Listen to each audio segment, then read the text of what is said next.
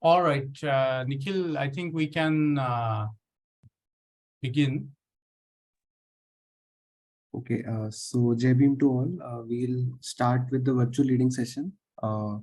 And as you know, virtual reading session happens every Sunday from 5 to 6 p.m. in which we read Dr. Babasaheb Ambedkar's writings.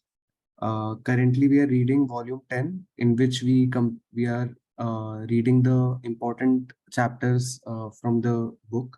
We recently completed chapter number 7, and we will be reading chapter number 20 now, that is Labor and Parliamentary Democracy. So I'll be sharing my screen. Yeah, so I think uh, I'm like not allowed to share the screen. Can you just give me the access? Yes. One participant can share the screen time. All participants. Okay, can you check now? Yes, now I'm able to share. Let me know once it is visible. Yes, yes, it is. It is. It is. Just check, like, it should not happen like last time. Yes, yes. Okay, so I'll start the reading now, and I think before we start, Nikhil, let me give a brief idea about what is this speech about, so that those who are joining the reading today will get an idea. Is that okay? yes, that is completely fine. So the larger question has been now raised about democracies, why the democracies fell. And we have now the instances in the scholarly circles that people are talking about the failures of democracy. And quite prescient, quite a visionary Babasaheb Ambedkar was that way back, as we are going to see from the speech in 1943, Dr. Babasaheb Ambedkar has pointed out as to how the democracies fail. What are the factors which lead to the failures of democracy? And I think because of this speech becomes very important for the contemporary times, not only for the countries where the democracies are failing, but also to understand why the democracies fail in the country like India, and what happens to the democracies. So this is a speech which has highlighted many of the points that, if we can think through them, give us an opportunity to understand why the democracies fail. And I think Dr. Babasaheb Ambedkar had made the points which are even true today as to what leads to the failure of democracy. And therefore, reading the speech in the context of what's happening in the country today has become all the more important. And that's why in our virtual reading classes, we have chosen the topics from the great literature and writing and speeches of Babasaheb Ambedkar, which speak directly to us today about the situation, what we can do about such situations. So that's in that context, the speech is very important, and we will be seeing when we read the speech as to some of the very important essential points that are there to be understood and to be implemented upon, so that the democracy survives. So with this brief pretext, I would request Nikhil to kindly start reading, and we will stop wherever we can to think through some of the very important points here. So Nikhil, please go on. Yeah. Chapter number 20, Labor and Parliamentary Democracy. Speech delivered at the concluding session of the All India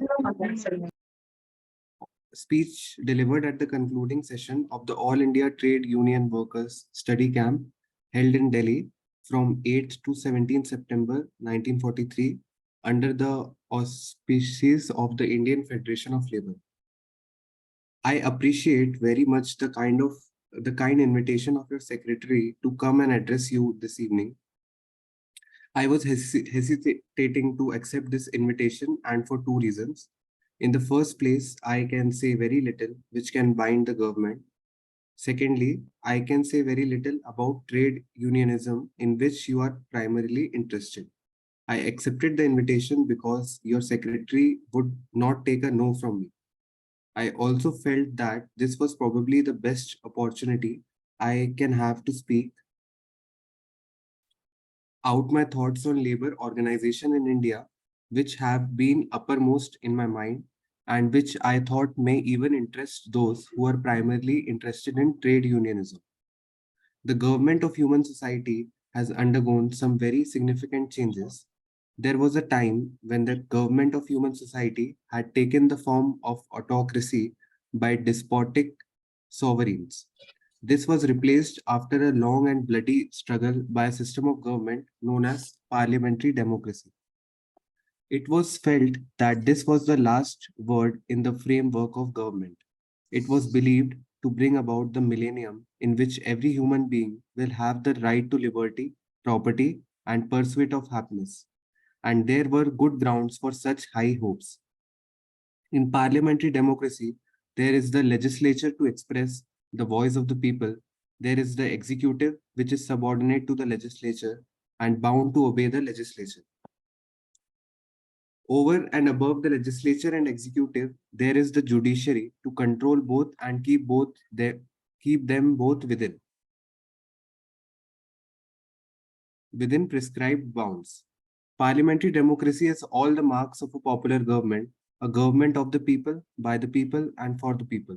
It is therefore a matter of some surprise that there has been a revolt against parliamentary democracy, although not even a century has elapsed since its universal acceptance and inauguration.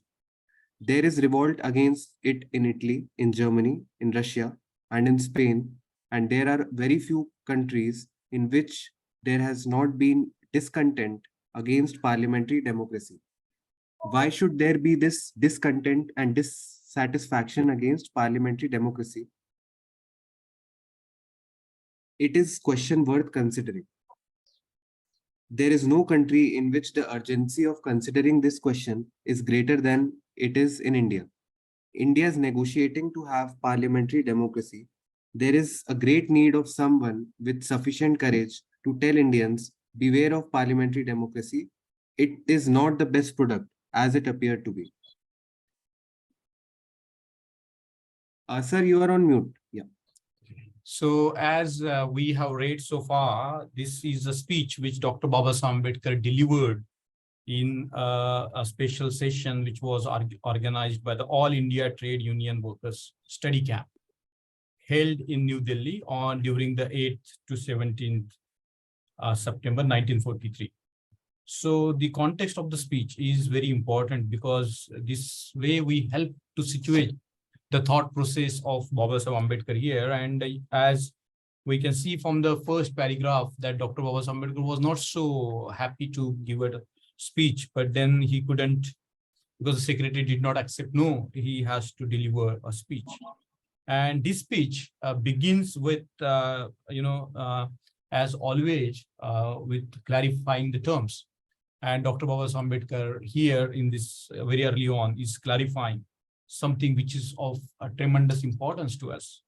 So the government of human society has undergone some very significant changes. That's what Babasaheb Ambedkar says. And the government of the human society has taken the form of autocracy by despotic sovereigns. So we know that there were emperors who were sort of despotic sovereigns, and they were autocratic, and they run the government in an autocratic way. And we have seen in the history that it was replaced after a long and bloody struggle by a system of government known as parliamentary democracy. So here, Babasaheb Ambedkar is situating the context of his speech that he is going to talk about, the government of human society, and in terms of what is called the parliamentary democracy. And it was felt, as Babasaheb Ambedkar says, and it's true that this is the last, way of the government of human society having the parliamentary democracy. And it was believed that it would last for millennium, and every human being will have right to liberty, property, and pursuit of happiness. That was the avowed goal of the American Constitution. These words are very important, that every human being will have the right to liberty, to have property, and pursuit of happiness. So these are very pithy words which had come from the American Constitution, the first constitution in the world, which talks about the right to liberty, property, and pursuit of happiness. And there were high hopes, as Babasaheb Ambedkar says. This speech is 1940s. And in parliamentary democracy, there is, of course, how does the parliamentary democracy works? So there are three pillars of parliamentary democracy: the legislature, one where the laws are made, and executive, where the laws which are made in the parliament are executed, executive. And then there is above and over, there is what is called the judiciary, which acts as a control within the prescribed bounds. So democracy, as parliamentary democracy, as we have seen, is have all the marks of a popular government. And its popular government, of course, means a government of the people, by the people, and for the people. So keep these definitions in mind. And Babasaheb Ambedkar has given very many definitions of democracy. But here, in the context of parliamentary democracy, he's talking about a government of the people, by the people, and for the people. And but Dr. Babasaheb Ambedkar says that even the parliamentary democracy was meant as a popular government of the people, by the people, and for the people. He says that it's very surprising that there has been a revolt against parliamentary democracy. And he says that within what is called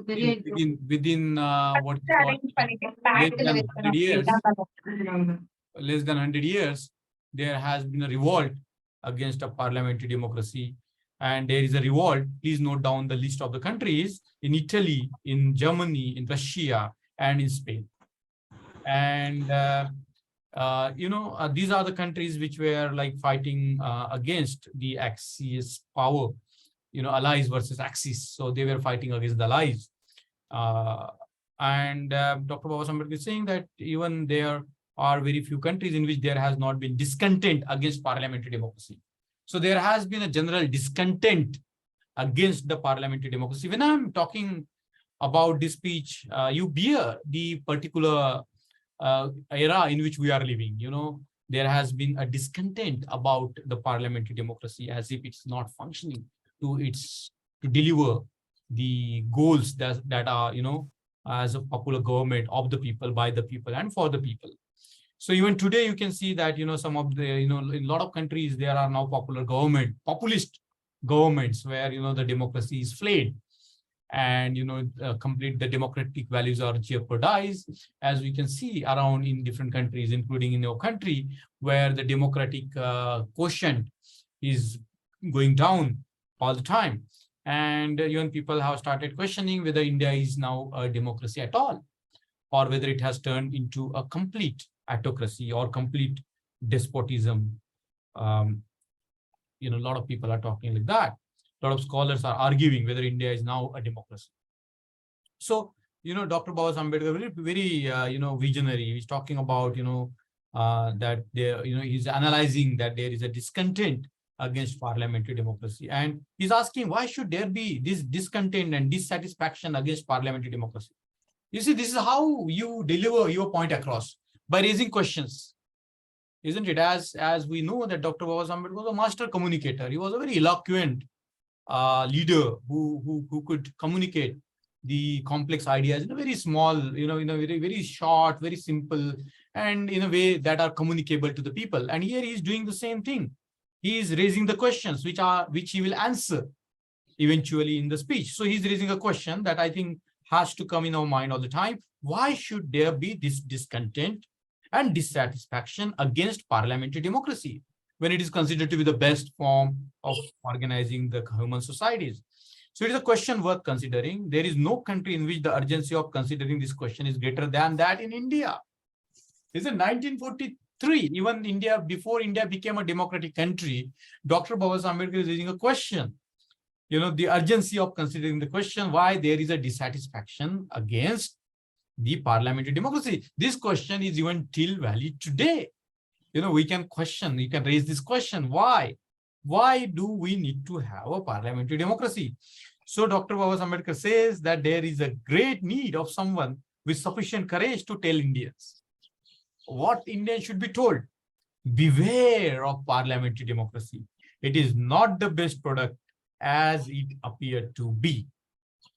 You see, what we know that Dr. Babasaheb Ambedkar was somebody who was totally democratic man. When he started his movement, he was starting to starting to transform India into a democratic society. And that was his goal, that was his vision. And we know that Dr. Babasaheb Ambedkar was trained under John Dewey, who is called the philosopher of democracy. And he was very much influenced by his book, Democracy and Education. And for both Dewey and Babasaheb Ambedkar, the concept of democracy ran much more deeper than just the parliamentary form of democracy. It is called by the scholar the deep democracy. And even when Dr. Babasaheb Ambedkar was a democratic man, in the roundtable conferences, he was advocating for the democracy in India, and he was talking about democracy all the time. Even despite of that, why in 1943, Dr. Babasaheb Ambedkar is raising this question and giving the caution to the Indians, beware of parliamentary democracy. It is not the best product as it appears to be, as it appeared to be. And this is the question that we all Indians, whether we are followers of Babasaheb Ambedkar or not, we should be raising this question, why there is a dissatisfaction, why there is a discontent against parliamentary democracy. So for us, to understand also the power of speech of Dr. Babasaheb Ambedkar and how we can bring that in our lives is when we begin to talk about certain topics, we begin raising certain questions. And here the question that is raised at the outset by Dr. Babasaheb Ambedkar is, why should there be this discontent and dissatisfaction against parliamentary democracy? So it sets a tone for the speech, for the arguments, for the logic to appear in the speech. So I think this is very important to understand this paragraph in such a way. So anybody has anything to comment on this before we go on reading further?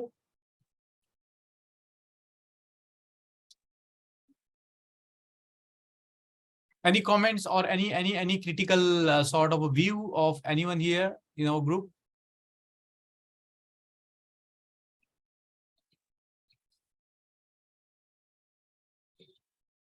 If it is not there, then we will proceed on reading further.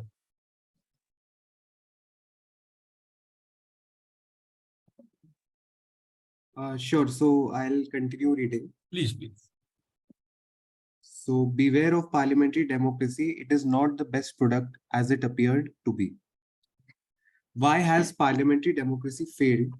In the country of the dictators, it has failed because it is a machine whose movements are very slow. It delays swift action. In a parliamentary democracy, the executive may be held up by the legislature, which may refuse to pass the laws which the executive wants. And if it is not held up by the legislature, it may be held up by the judiciary, which may declare the laws as illegal. Parliamentary democracy gives no free hand to dictatorship, and that is why it is a discredited institution in countries like Italy, Spain, and Germany, which are ruled by dictators. Okay, because I think there are some very complex points here. So we will analyze them. Because this failure of democracy is now talked often, and in the scholarly circles people are talking about the failure of democracy all the time, and therefore it's very imperative for us to look very in a microscopic way the arguments made by Dr. Babasaheb Ambedkar here. So he is saying that why has parliamentary democracy failed? So this is a question, why it has failed. So in the country of the dictators, it has failed because it's a machine whose movements are very slow, isn't it? Because in order to deliberate, in order to discuss, to reach to the consensus, it needs time, isn't it? The decisions cannot be taken just like that, isn't it? For a decision to come into being, there has to be proper discussion, there has to be a proper checks and balances. To cite a few examples from the Indian parliamentary history, there are some decisions which are taken in the Indian context, which were not done after discussing in the parliament. For example, when the globalization came to our country, it was done in a way that was not, we can say, democratic. It was not discussed in a parliament the way it should have been done, isn't it? There are lots of decisions which are taken in the country which sort of borderlines to the level of dictatorship, where the proper discussion, deliberations have not taken place. We can talk about number of decisions like that which has affected the lives of the citizens very drastically, even to the extent of damaging the life, the property, and the pursuit of happiness, as we know. So the dictators never like the parliamentary democracy. Why? Because the machine, it's a machinery whose movements are very slow, and it delays the swift action. And what the the dictators want, they want swift actions, isn't it? And in a parliamentary democracy, the executive may be held up by legislature, because sometimes the executive want to do something, but the law doesn't permit them to do it. Sometimes the judiciary may declare the laws illegal, because in the democracy, the checks and balances have to be maintained. Without maintaining the checks and balances, the decisions are not up to the mark. So and parliamentary democracy gives no free hand to dictatorship. That's the nature of the parliamentary democracy, and that's why it is discredited institution in countries like Italy, Spain, Germany, which are ruled by dictators. So you can draw the parallelism between what has happened in the history in the countries where the parliamentary democracies were destroyed, and instead of that, the dictatorship came into being. And we can see that clear case is happening in our country today, isn't it? People have been talking about the merits and the demerits of the parliamentary democracy. The question should not have arisen, but the way the dictatorial mind works, to discredit the government of the people, by the people, and for the people, and create a messianic figure and restoring all the powers to them, claiming that they will do all the things, isn't it? So I think this paragraph has a tremendous insight that we all need to bear and examine very microscopically, right? Anything?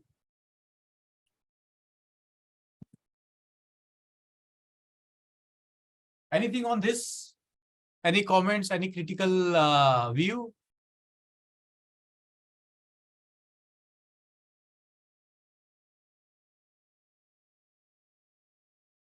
Is this making sense to you, the way Babasaheb Ambedkar is logically arguing?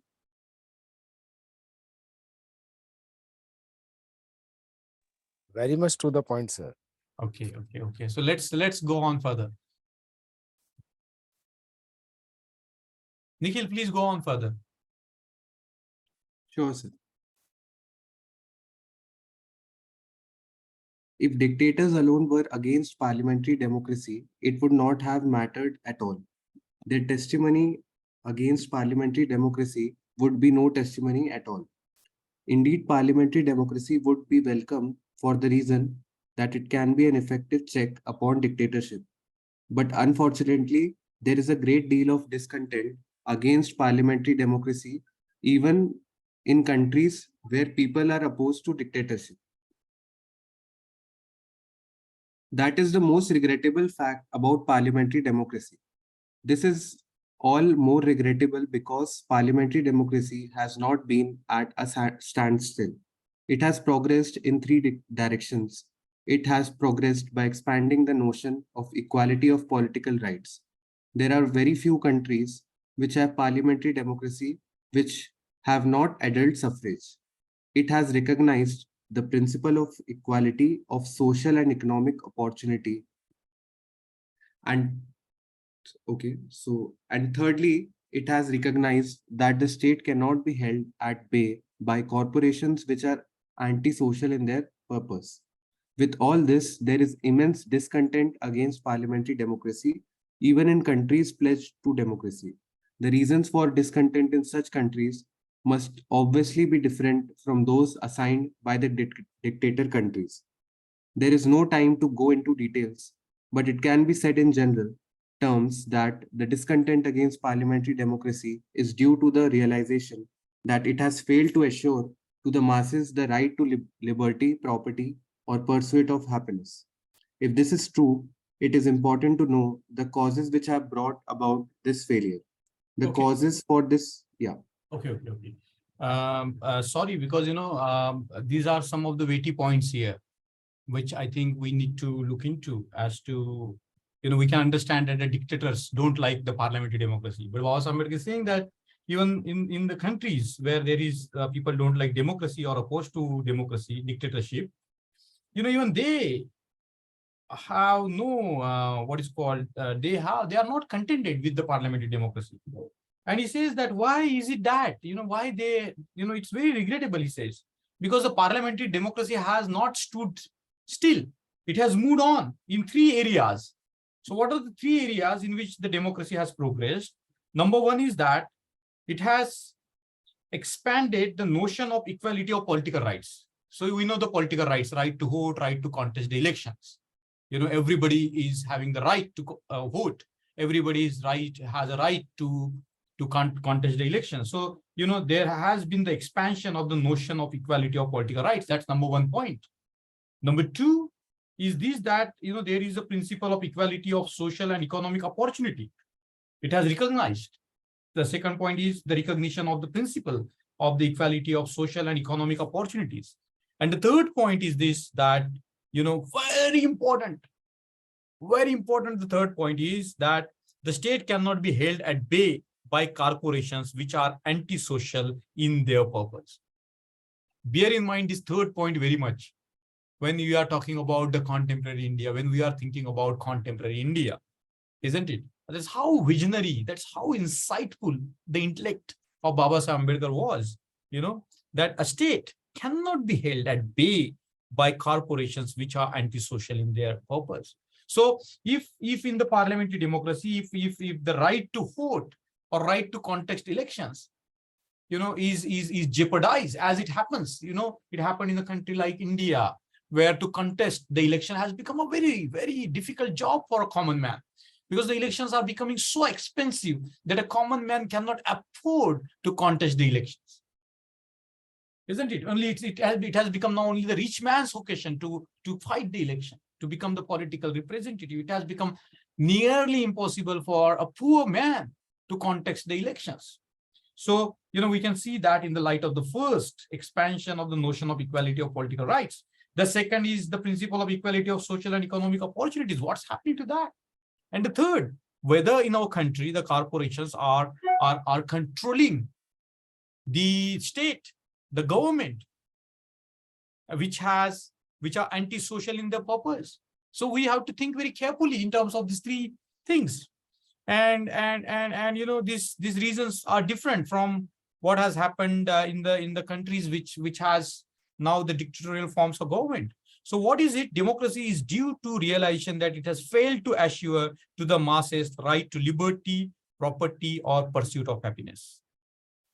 Isn't it? So this very, very, very deep understanding as to why the democracy fails. You restrict all these 3 areas and the democracy is sure to fall downwards. So any comments, any critical reflection by anybody? Or is it just that, I am speaking? Jai Bhim, sir.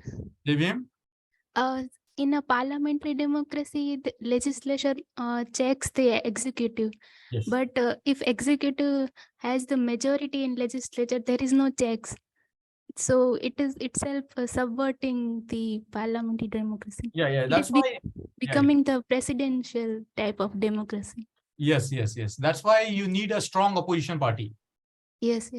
Isn't it? Because Dr. Babasaheb Ambedkar has talked very emphatically about the need of an opposition party.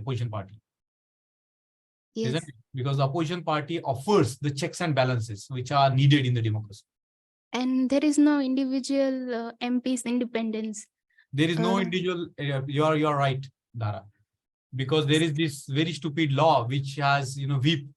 Anti-defection law. Anti-defection law, which is a very stupid law, I would say. It's against complete, democratic spirit of the parliament. Yes. The MP should be individually free to criticize, but they are at the whims and the fancies of a political master, political party. Yes. Isn't it? But nobody talks about that, Dara. People have to talk about it. If we have to safeguard the people, people's democracy, the MP should be free to talk, criticize without, having the whip. Yes. That's a good point, Dara.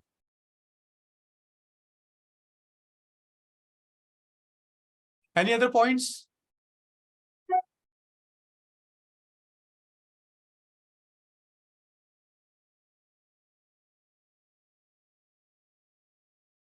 Okay, then we will go on reading further. Sure.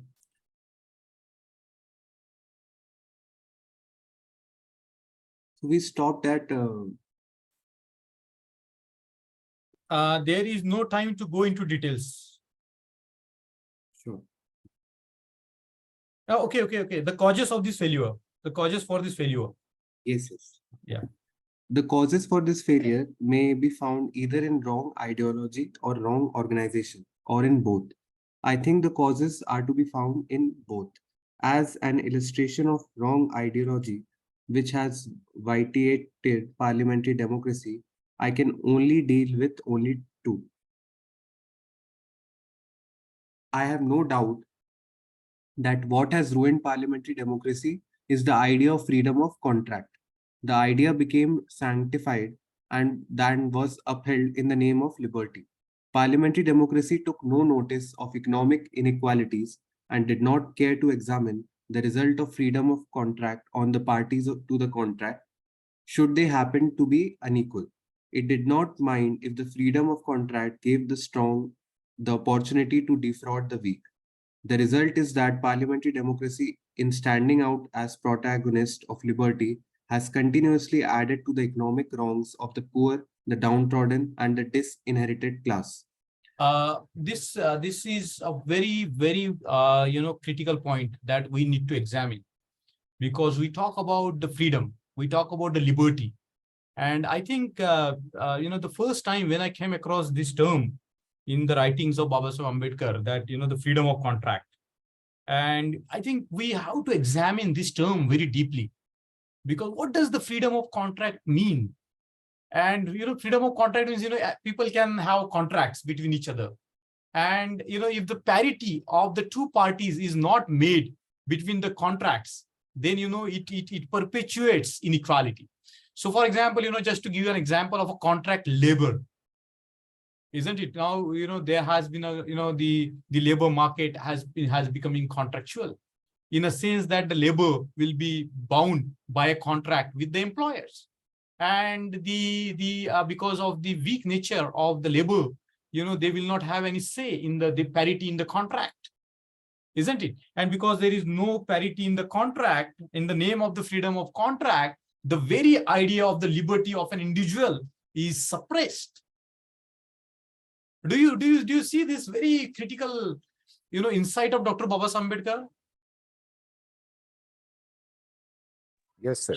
As to how the liberty itself is negated by the process of a freedom of contract when there are the parties which are not equal.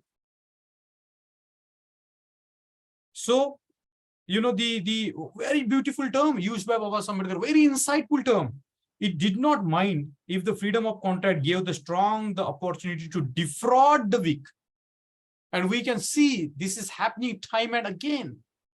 In the name of freedom of contract, the weak are defrauded by the strong. This is happening in India, in contemporary India, even today.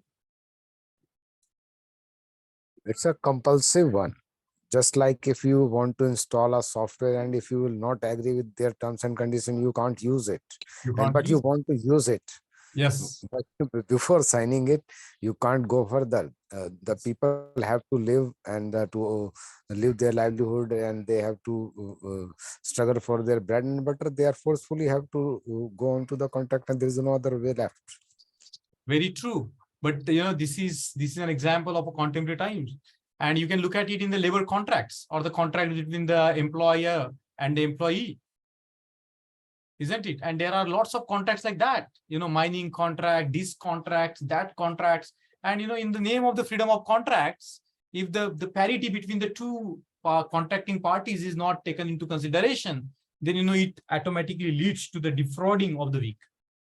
So Yes. in the name of liberty itself, in the name of the freedom of contract, the very idea of the liberty of the individual is, destroyed. So the parliamentary democracy, which is supposed to stand for the liberty in the name of the freedom of contracts, it destroys the very liberty itself. I think, when I read this point, it's a very novel point. It's a point, on which we can rally for the policy changes. It's a very subtle legal point. It's a very subtle, policy point that has to be brought in the discussion. Yes, anybody has anything to say? Hello. Yes, Yes, sir. I'm VL Hari Naidu yes, from yes. Bangalore. Yes. So the contract you were speaking about, regarding this contract. Yeah. So this water supply schemes are going on all over India under the name of Amrut projects. Yeah. So this the central government and state government, they are giving funds Yeah. to this Amrut project. So in Yes. this Amrut project, that is mainly consists of some civil works, electromechanical works, like that. It is there.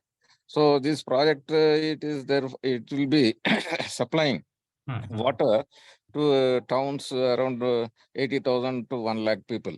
Yeah. Okay. So in this, they are putting a clause that no variation. Hmm. So how can a contract be without variation, sir? So that is my question. So that so Yeah, the yeah. here the upper, the higher party, the party of strength is the government, and the weak one is the contractor. Yes, yes. Contractor is a chota mota contractor, small contractor. That is of 20 crore. The contract is of 20 crore or 15 crore, like that. We can go on discussing the individual cases. Here, the principle has to be understood, Naiduji. Okay. So what Dr. Babasaheb Ambedkar is saying, that the idea of the freedom of contract has destroyed what is called the, the very basis of the liberty. Okay. Yeah. So please go on, Nikhil, if there is no other comments or any critical reflections.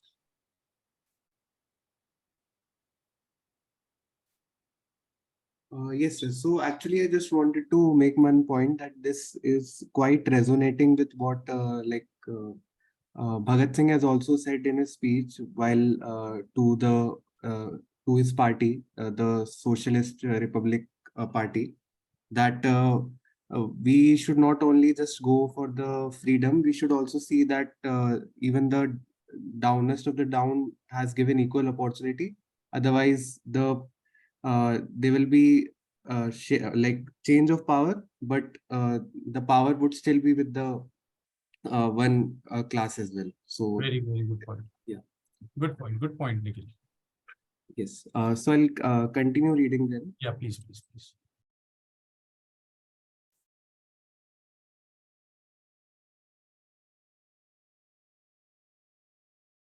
The second wrong. Yes. Just a second, actually, I just.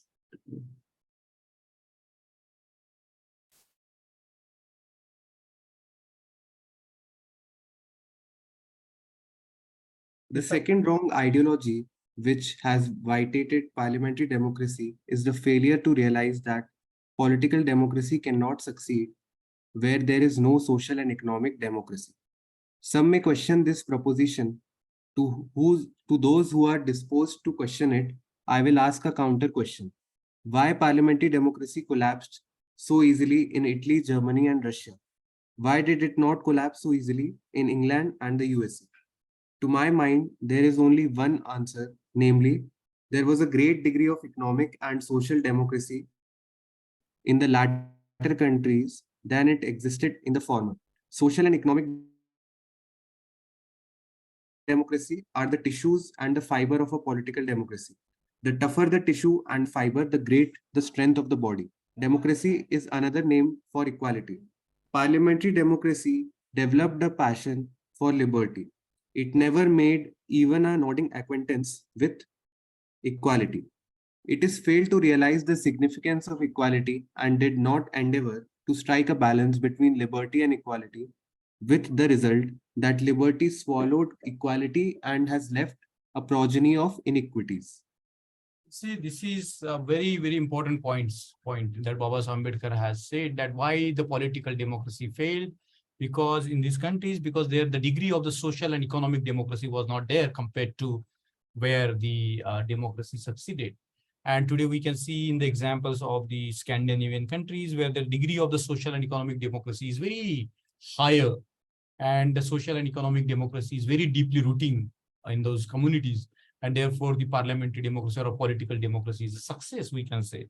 So the social and economic democracy is very important. And Babasaheb Ambedkar gives a historical example of the countries like, England and USA, where the degree of the social and economic democracy was greater than the degree of the social and economic democracy where in the countries where the democracy failed, like the countries like Italy, Germany and Russia. So Babasaheb Ambedkar says that if the social and economic democracy is not strong, the political democracy is bound to collapse, bound to be destroyed, because it is the tissue of the and the strength of the political democracy depends on the strength of the social and economic democracy. And you only talk about liberty, you don't talk about equality. Then what happens? The liberty silos equality.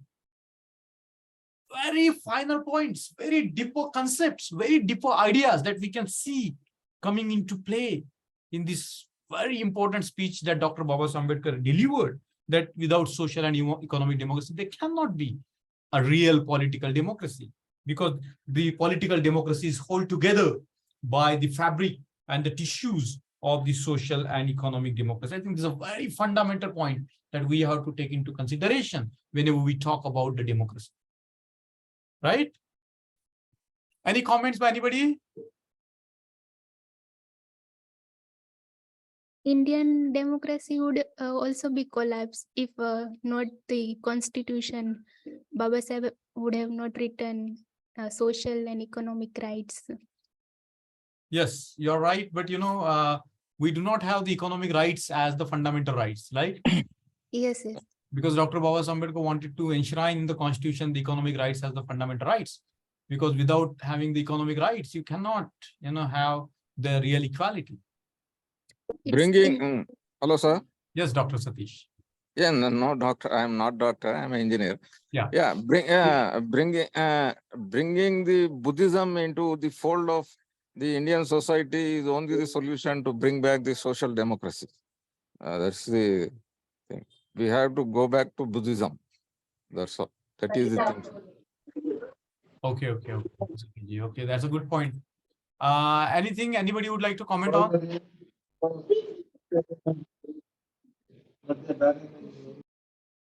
Anybody? Okay. I think we should go on further because we have got a lot of reading to do. Okay. No, sir. I have I referred. have referred to the wrong ideologies, which in my judgment have been responsible for the failure of parliamentary democracy.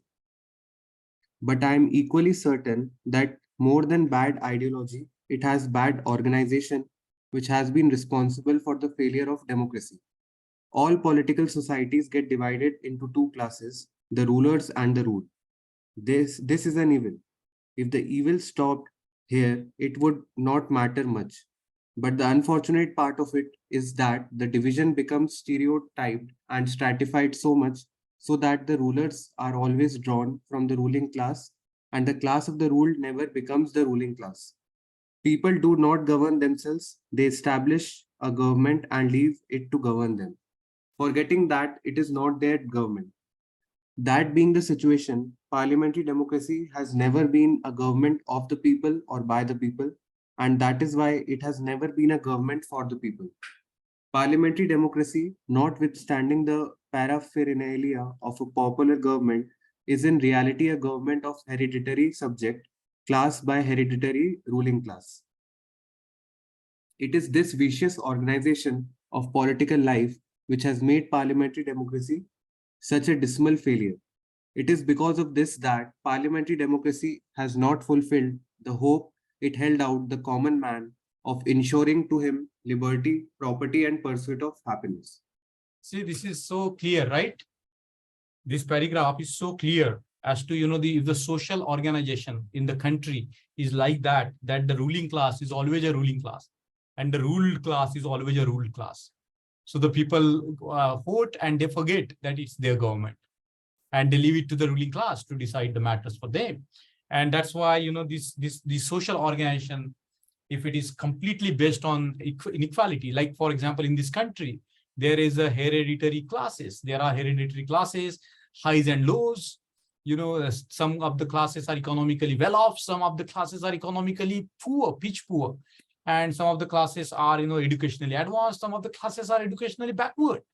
Some of the classes are socially, they claim social supremacy. Some of the classes are damned to the social degradation.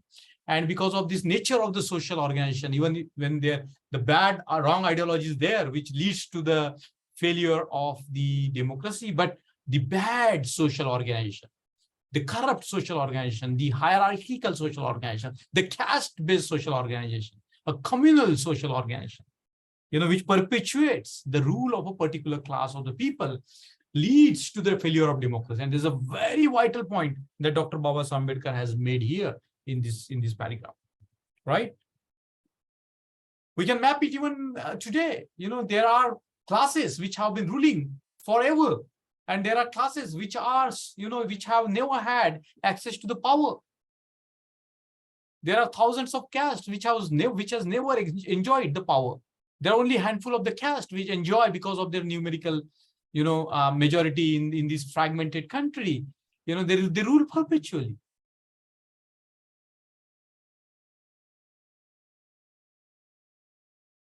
Right? Very true, sir. Only two classes are there. One who rules and one who has been ruled by. Yeah. शासन करने वाले और शासित होने वाले, दो ही class है.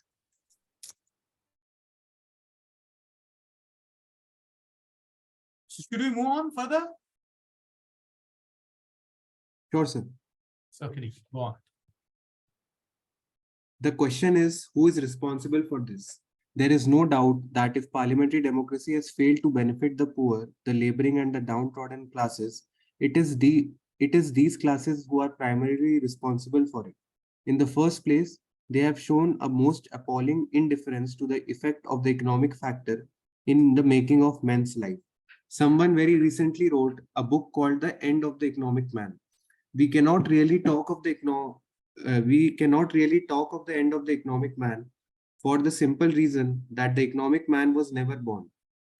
The common retort to Marx that man does not live by bread alone is unfortunately a fact. I agree with Carlyle that the aim of civilization cannot be merely to fatten men as we do pigs, but we are far off from that stage. The laboring class, far from being fat like pigs, are starving, and one wishes that they thought of bread first and everything else afterwards. This concept of economic man, there are like Homo economicus and Homo sapiens. They are different concepts, and some of the economists argues that the human beings are economic beings. But as Babasaheb Ambedkar is saying that why the democracies fail, because the poor, the downtrodden, and the laboring classes are to be blamed for that, because they are so indifferent to the economic factor, isn't it? If we look at the debates in our country, who talks about economics, who talks about poverty? Nobody. Isn't it? The real issues, that the day-to-day fight for the bread of the so many millions of people in this country is not being discussed, is not being talked. There is no movement to mobilize the people who are so much, suffering because of the wrong political system, wrong social system, wrong economic system. Because, they don't talk about the bread. They don't talk about, the starvation. And Babasaheb Ambedkar says that, we can wish that, these laboring classes, these, the downtrodden classes, the poor will talk about the bread. Bread for all, food for all. Isn't it very, very important? So we have to talk about the economic man, right? Yes. Yes, sir. Hello. Yeah. Sir, this knowledge-driven society, or society which is driven by this knowledge or the science, is also dangerous. I think, Naidu Sahab, please stick to the discussion. We can discuss a lot of things because this is a limited class. So please, talk about the points, on the of the text. Okay. Sure. Okay. So any other point related to that? What do you think about the idea of a man, economic man? It's a very novel concept which is now becoming current in a currency.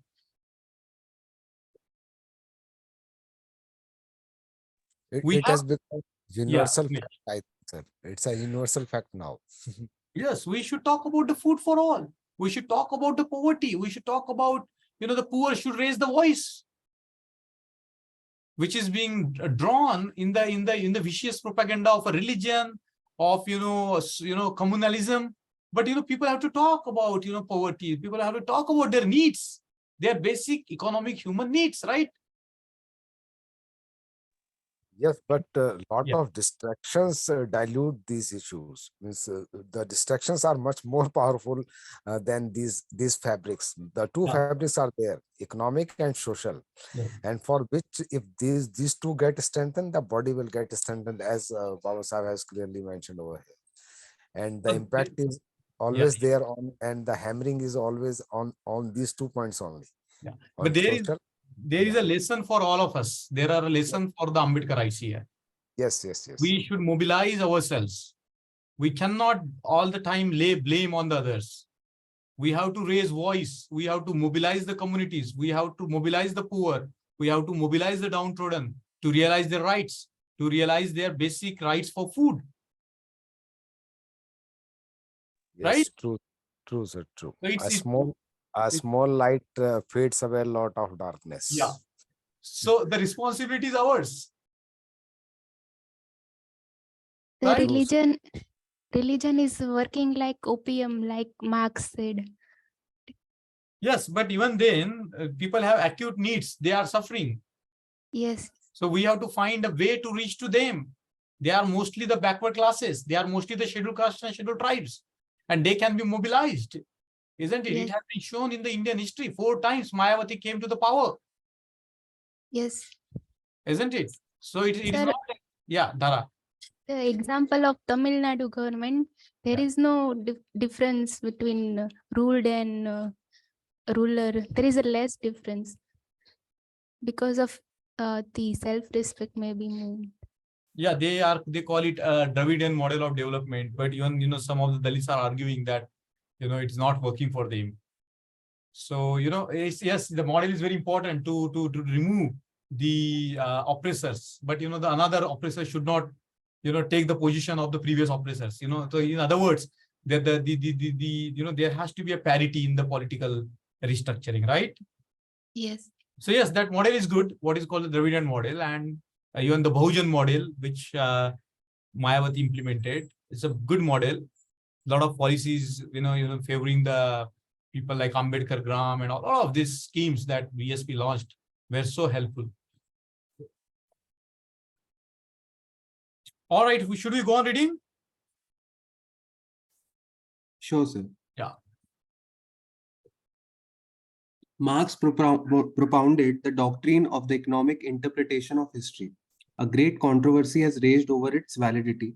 To my mind, Marx propounded it is not so much as doctrine as a direction to labor, that if labor cares to make its economic interests paramount, as the owning classes do, history will be a reflection of the economic facts of life more than it has been.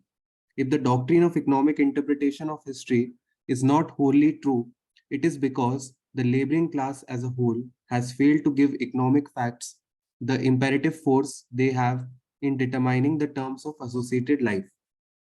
The laboring classes have failed to acquaint itself with literature dealing with the government of mankind.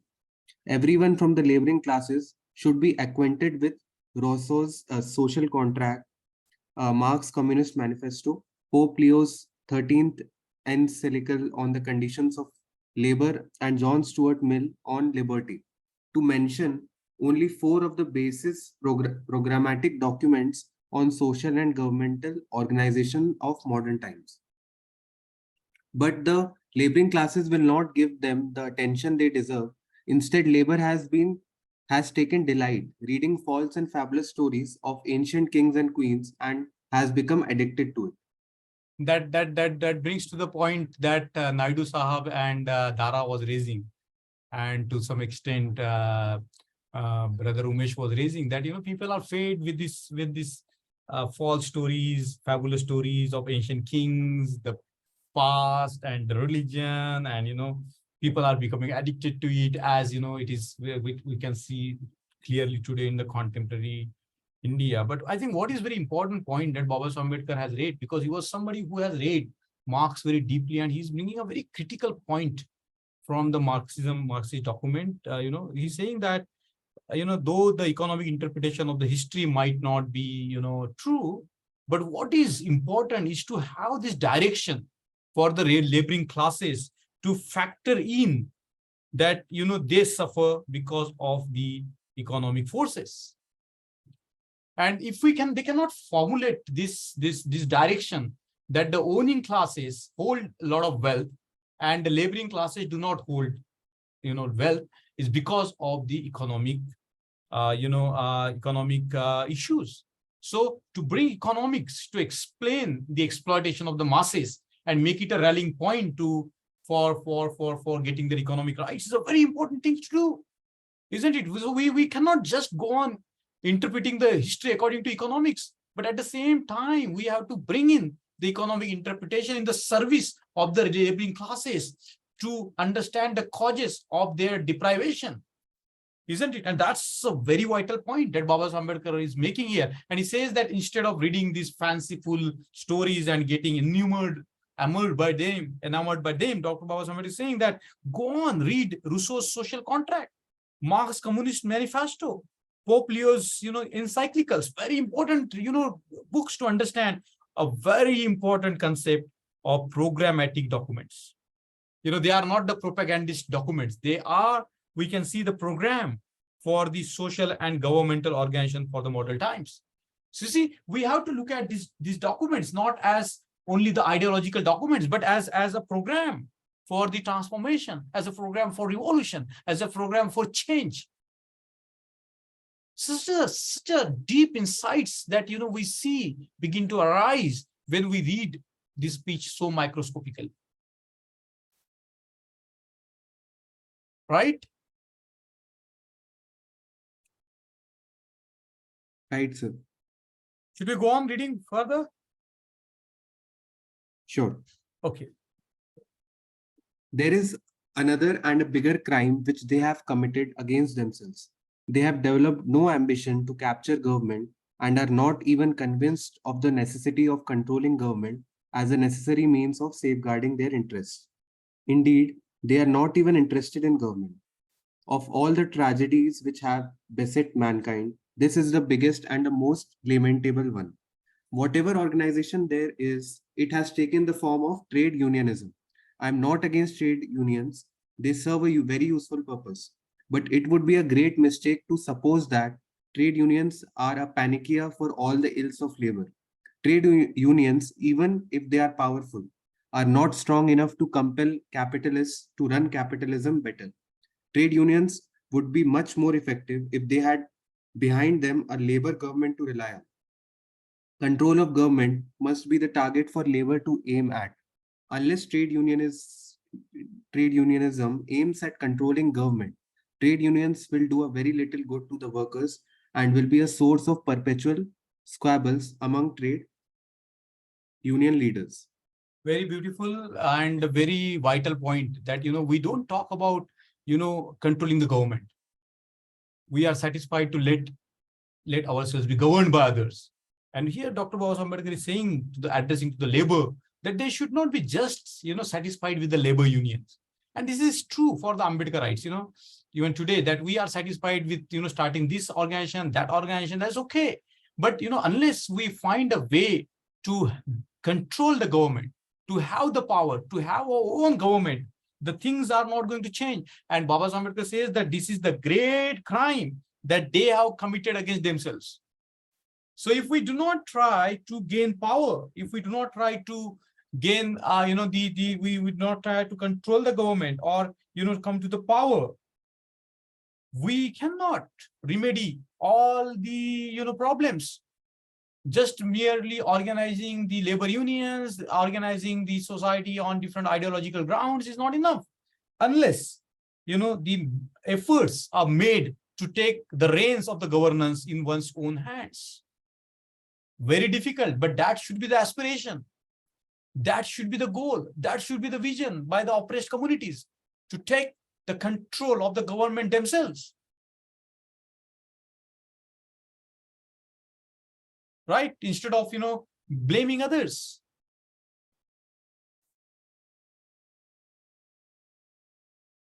Right? Very true. So let's move on. If there is no comments, because this is self-explanatory. I'm just emphasizing a few points. Sure, sir. The third besetting sin of the laboring classes is the easy way which they are led away by an appeal to nationalism. The working classes, who are beggared in every way and who have very little to spare, often sacrifice their all to the so-called cause of nationalism. They have never cared to inquire whether the nationalism for which they are to make their offerings will, when established, give them social and economic equality. More often than not, the free independent national state which emerges from a successful nationalism and which reared on their sacrifices turns to be the enemy of the working class under the hegemony of their masters. This is the worst kind of exploitation that labor has allowed itself to be subjected to. You see the nationalism, the fetish of nationalism, as Babasaheb says. And this is what is happening. Patriotism, nationalism, and all these words have been, used to fool the people, isn't it? Babasaheb says there's nothing wrong in the national sentiments, but, the excessive fetish for nationalism at the cost of one's right, social and economic rights is useless.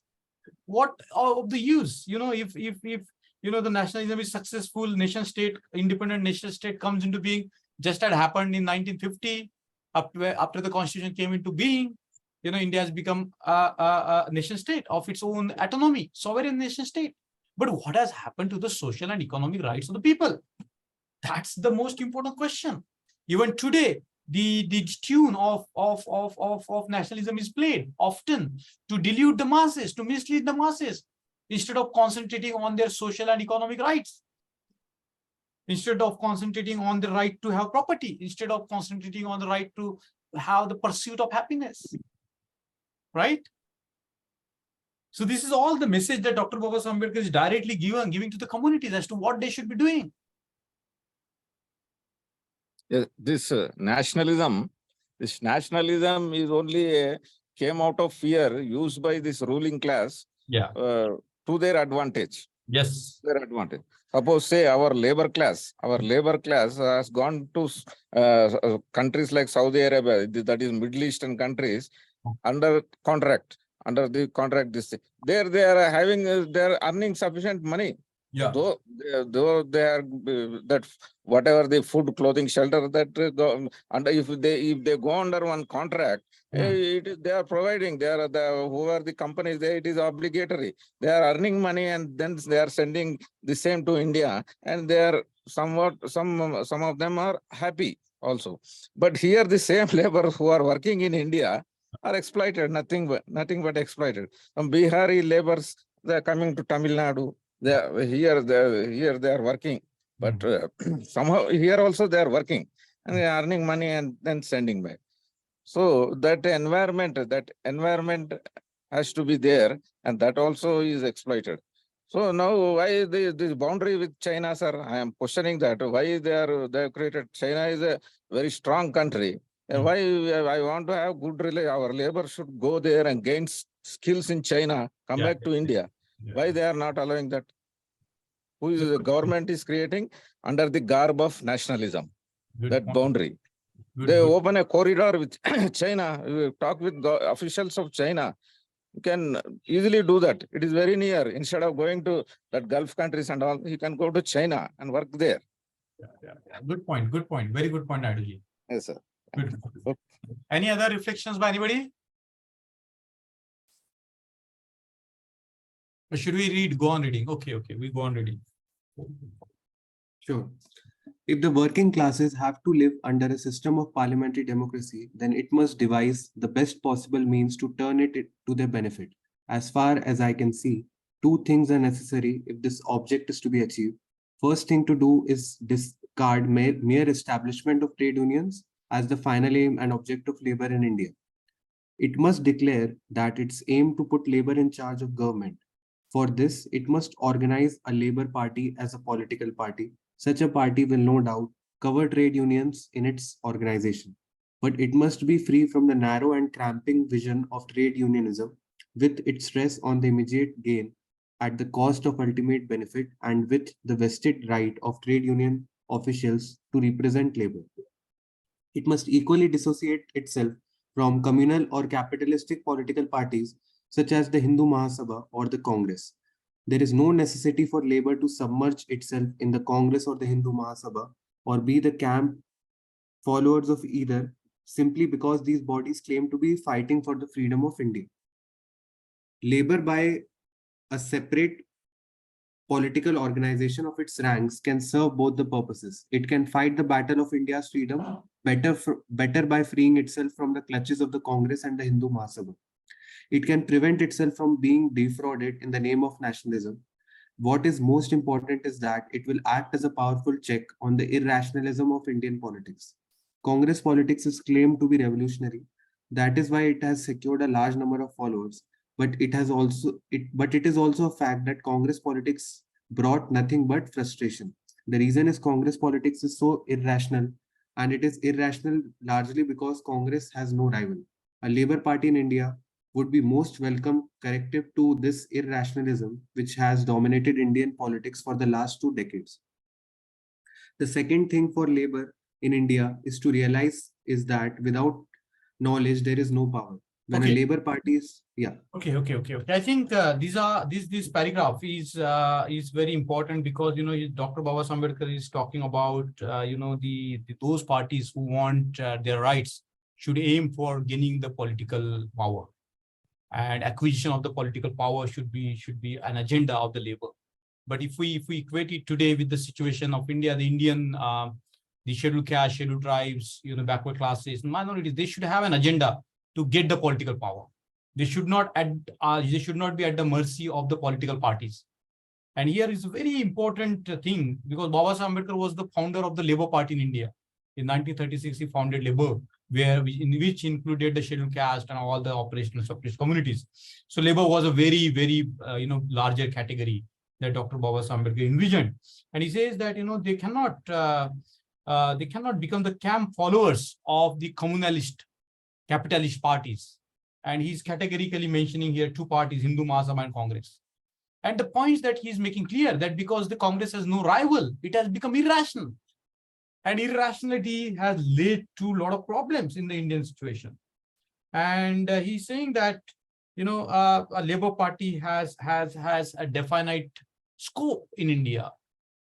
It's not just about, today's context, the BJP and the Congress, isn't it? The exploited masses have a scope to establish themselves into a political party so that they can acquire a political power so that they can take care of their own problems. Because nobody is going to take care of their problems. They will be fooled by nationalism or, the sentiments of religion or communalism, the biggest enemies of the people who are oppressed. And the boss of it is making very important points here, which are very valid even today. That, we only talk about the bipolarity, either this party or that party, but they have never taken care of the masses. They have never taken care of the larger population. They have never taken care of the poor people in India, as we see even today. So how do we respond to that? So the exploited should have their own power.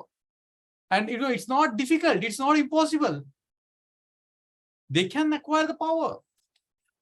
So this speech is very contemporary. Otherwise, if they don't acquire the power, there will not be social and economic equality. If there is no social and economic equality, there will not be a political equality. There will not be a political system that is robust. Because without social and economic democracy, there cannot be a political democracy. It will be a farce. It will be a joke. It is a joke, isn't it? If there is no social and economic democracy. Okay, any comments? Sir, So if we we can see say, today, Yeah, yeah, Tara. please, ma'am. so if we see today, now, trade unions are seen in a negative light. Hmm. For example, West Bengal government. Hmm. So frequent strikes, so industry will leave, and there would be job loss and would no creation of jobs. So currently, uh, the uh, the sentiments that the government should create jobs and there should be no trade unions. So what are the trade unions? They negotiate for their wages, isn't it? But the capitalist who wants to have more profit, they would like to curtail those wages, right? Yes. So the point here is, are there negotiations between the capitalists and labor? There has to be negotiation. There has to be labor unions. That's how the democracy comes into shape, isn't it? So whenever people talk about abolishing the labor unions or, all these things, they are actually talking against the democracy. What about the rights of the worker? Trade unions are important. What Babasaheb is saying that, the trade unions of the labor, they have not aspired for a political power. Yes.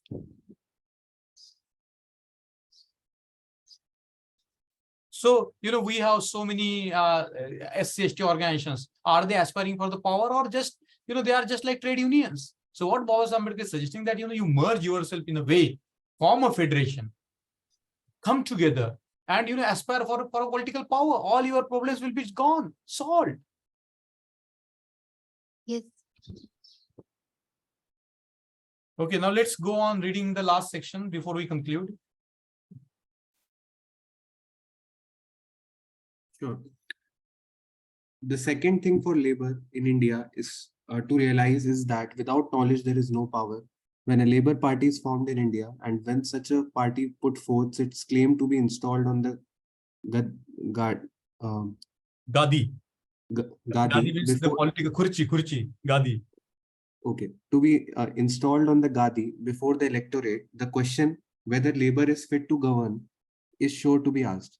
It would be no answer to say that labor could not govern worse or display greater bankruptcy in home or foreign affairs than the other classes. Labor will have to prove positively that it can govern better. Let it not also be forgotten that the pattern of labor government is a very difficult one than that of the other classes. Labor will have to prove positively that it can govern better. Other classes. Labor government cannot be a government of laissez-faire. It will be a government which must essentially be based on a system of control. A system of control needs a far greater degree of knowledge and training than a laissez-faire government does. Unfortunately, labor in India has not realized the importance of study. All that labor leaders in India have done is to learn how to best to abuse industrialists. Abuse and more abuse has become the be all and end all of his role as a labor leader. I'm therefore very glad to find that the Indian Federation of Labor has recognized this defect and has come forward to open these study circles for the laboring classes. They are going to be the most effective means of making labor fit to govern. I hope the Federation will not forget the other necessity, namely to inaugurate a Labour Party. When this is done, the Federation will deserve the thanks of the laboring classes to have raised them to the status of a governing class. End of the reading. Yeah. So this particular reading has been very important because now here Babasaheb is talking about, the labor has to train itself. And he says that, without knowledge, there is no power. So it's applicable to the Ambedkarites even today that, we have to have the pursuit of knowledge so that, when we come to power or when we aspire power, we have to run the government in the best possible way. And he says that, the free government, like laissez-faire, right? It's very easy to run because there is no agenda. There is no only one agenda is to, strengthen their political parties or, gain money. But the labor has a different purpose. It has to restructure the society. Therefore, it cannot be, haywire government. It has to have what Babasaheb Ambedkar is called. It has to be based on the system of control. And what he's making a point here is so valuable, that any system of control needs a far greater degree of knowledge and training than a laissez-faire government does. So we, the followers of Babasaheb Ambedkar, we should have a far greater degree of knowledge and training to execute something which will benefit the masses. We should be well trained. And therefore, Babasaheb Ambedkar is saying that, the labor in India has been only doing what they are doing is just to abuse industrialists. To draw the parallelism, what we are doing is just abusing the exploiters. We are not, gaining the knowledge so that we can fight for our rights and gain the very power itself. It's a very remarkable thing that is applicable today. That, okay, we can go on criticizing the abuser. We should do it. But, not forgetting that we need to have the knowledge. We need to have, the training so that we can run our organizations better, so that we can do our job better than our abusers and the exploiters. And what he's saying, Babasaheb Ambedkar is congratulating the Indian Federation of Labor that they are now started the study circles for the laboring classes. The virtual reading classes are just like that, the study circles. So that enables us to, gain knowledge, to think through the things, to get the perspective, to have this, the right line of thinking and action. So I think this is all ties up together, that the study is very important. And I think the virtual reading classes offer us a space where we study together, gain knowledge, understand the things in a better way, right? Yes. Yes, sir. The labor community, I can say, the labor community of India has better skills. That is skills up to their work only. That skills they will develop to earn money up to that extent that they're foot to mouth. That's all. They are not going further up. They're not. Their mind is not going further up. They should have the skills to organize. They should have the skills to get, politically organize, articulate their positions, and get the political power. Yeah, that is what should happen. But the labor community is only bothered of the skills of what they are doing, skills, and then earning money, and that's all. So but that religion, whatever the religion system of India is also, it is suppressing. It is making the labor think that is your level. That's all. You should not rise above this. So that they have to come above the religion. Then only that labor party, labor government will come in India.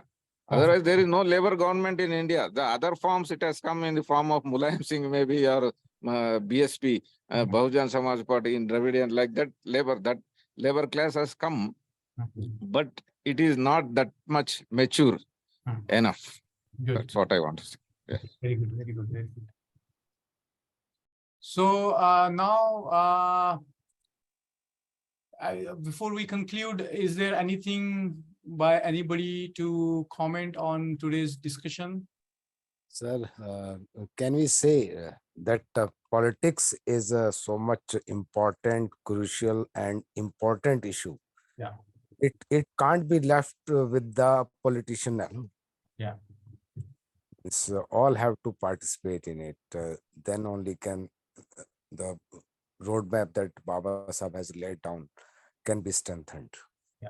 Those who wants to improve, those who wants to get equality, both social and economic equality, they have to organize themselves politically. There is no other way. And in the lack of that, the attempts were made. If we look at the history, the contemporary history, the Babasaheb and Bahujan Samaj Party, which was a very strong party, third largest party, and commanded such a power at certain point of time. The failure of that, electoral failure in the recent time has become a kind of weakening of a democracy in this country, isn't it? So you need a strong voice. You need strong voices of the people having a different point of views. Standing for the laboring classes, standing for the exploited backward communities, pichhda.